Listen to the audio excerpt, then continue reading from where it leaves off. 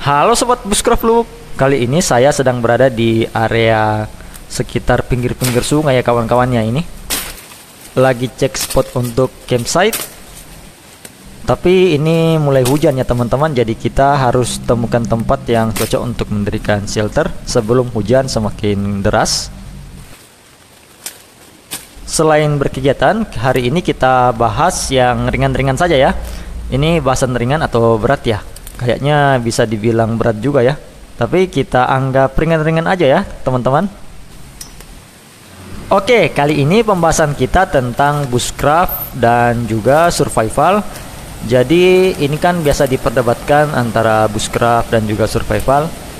Sudut pandang yang kita gunakan dari beberapa literasi, dari bahasan luar, dan juga seperti pembahasan apa ya ini ya, kamus, semacam kamus ya untuk kata survive.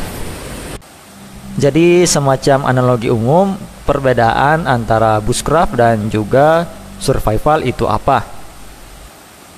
Oke teman-teman, kita mulai dari bushcraft.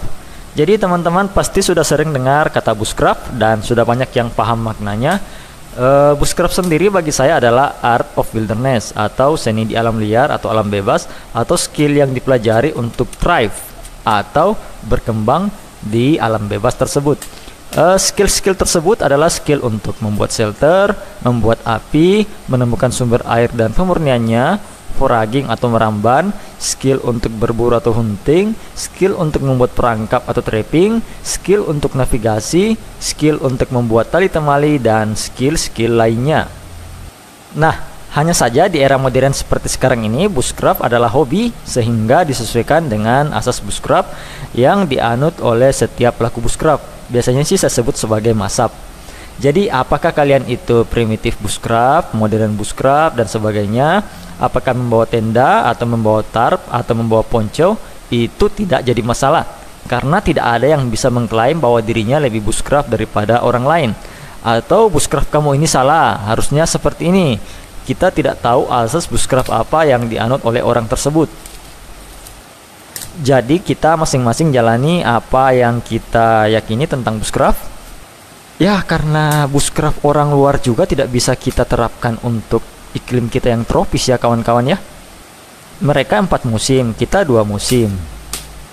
Kalau kalian mau coba ngebushcraft cuman bawa pisau juga silahkan kalau skill kalian mumpuni.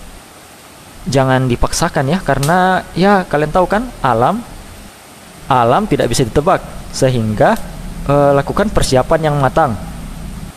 Di camping sebelumnya saya sudah bahas tentang 5CS. Kalian juga bisa lihat list yang dibawa oleh pionir seperti Ray Meyers, Mort Kochanski, maupun Nesmuk. Bahkan Nesmuk dan si Bang Dev Canterbury itu yang bikin buku Bushcraft 101 itu bawa senjata api ya teman-teman ya. Ya, karena jika ingin benar-benar long term, harus memastikan nutrisi yang diperlukan tubuh untuk thrive atau berkembang atau bertahan itu tercukupi, sehingga berburu atau hunting serta membuat perangkap atau trapping menjadi salah satu faktor penting. Seperti yang kita lihat situasi bumi itu kan, kalau kita dengar kabar-kabar bahwa hewan semakin langka. Bayangkan jika kita yang ngebushcraft ini semuanya berburu, saya rasa isi hutan itu habis ya kawan-kawan ya. Padahal kan isi hutan itu penting untuk masyarakat adat. Dan juga berburu atau membuat perangkap itu kita bisa berujung berurusan dengan hukum jika jerat yang kita pasang mengenai hewan langka. Contoh kan yang terjadi di Sumatera ya kalau tidak salah, jerat babi yang dibuat itu malah mengenai harimau. Jadi kalian pahamlah konsekuensinya bagaimana. Oke, kembali ke pokok bahasan. Jadi bushcraft ini adalah kegiatan yang juga dipersiapkan dengan matang untuk meminimalisir terjadinya potensi terjadi survival. Lah, kok abang menghindari situasi survival? Bukannya seru bang kalau jadinya survival? Nah, tidak begitu konsepnya.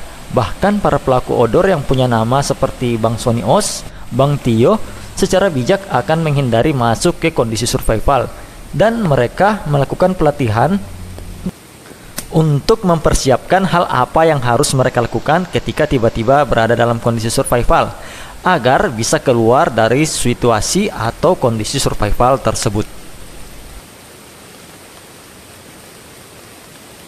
Oke, jadi apa sih pengertian survival?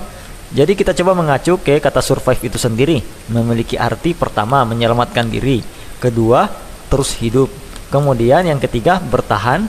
Dan yang keempat, hidup lebih lama dari titik-titik.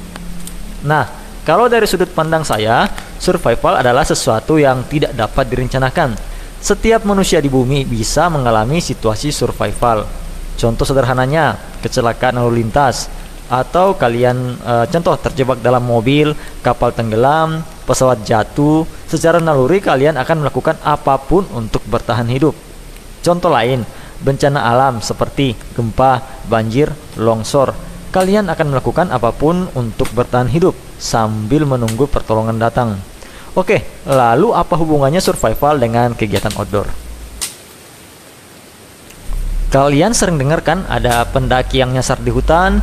Nah, mereka ini berada dalam kondisi survival hingga menemukan jalur kembali maupun hingga ditemukan oleh tim penyelamat. Dalam bushcraft, peluang menemukan kondisi survival lebih besar dibandingkan dengan ketika berkemah dengan cara normal seperti di camping ground. Kenapa? Karena alat-alat yang kita gunakan biasanya bukanlah alat instan. Contoh, peluang saya bertemu kondisi survival karena hanya mengandalkan kayu api lebih besar daripada mereka yang membawa kompor portable. Ketika kayu semuanya basah, peluang menyalanya lebih sulit dan saya hanya punya opsi tersebut. Kalau yang bawa kompor kayu basah, masih ada kompor spiritus maupun kompor gas. Contoh lain, tenda dom lebih gampang didirikan daripada tarp, karena tarp harus berlatih agar terbiasa dan mahir serta mampu menyesuaikan konfigurasi tarp dengan lingkungan yang didatangi, apakah berangin, hujan, dan sebagainya. Kemudian untuk tidur langsung di tanah, tidak semua orang terbiasa untuk melakukan hal tersebut. Banyak ancaman yang dari bawah tanah, mungkin seperti serangga, ular, dan lain-lain sebagainya. Sehingga di bushcraft, meskipun kita tidur di tanah, kita belajar meminimalisir hal tersebut. Untuk lebih memahami perbedaannya, kita singkat. Jadi kesimpulan saya, survival adalah situasi yang tidak dapat direncanakan dan dapat membahayakan hidup atau nyawa kita. Kemudian kegiatan bushcraft adalah kegiatan yang dilakukan di alam bebas. Kegiatan itu kita rencanakan, namun dalam perjalanan berkegiatan bushcraft, kalian bisa saja berpotensi berada dalam kondisi survival. Entah karena hal-hal yang saya sebutkan di atas, maupun karena kekurangan air, maupun kekurangan atau kehabisan makanan, atau dikejar beruang, dikejar macan. Jadi semua hal yang membahayakan nyawa itulah survival. Kita garis bawahi ya teman-teman. Jadi survival ini adalah segala kondisi yang membahayakan nyawa, sehingga kita berusaha untuk menyelamatkan nyawa kita dengan tindakan-tindakan yang sudah kita latih agar dapat keluar dari kondisi tersebut. Makanya ada namanya pelatihan-pelatihan survival yang dilakukan oleh perorangan, lembaga, organisasi, dan sebagainya, agar para pesertanya jika tidak sengaja berada dalam kondisi survival dapat berpikir jernih, dan pelatihan yang dilalui dapat membantu mereka melewati kondisi tersebut. Ketika kita berhasil melewati kondisi survival, maka kita biasanya disebut sebagai penyintas atau survivor atau orang yang berhasil selamat. Nah, jadi apakah saya harus menyeret diri saya ke situasi survival agar keren? Tentu saja tidak. Bisa dibilang keren sih tidak, nyusahin tim SAR malah iya.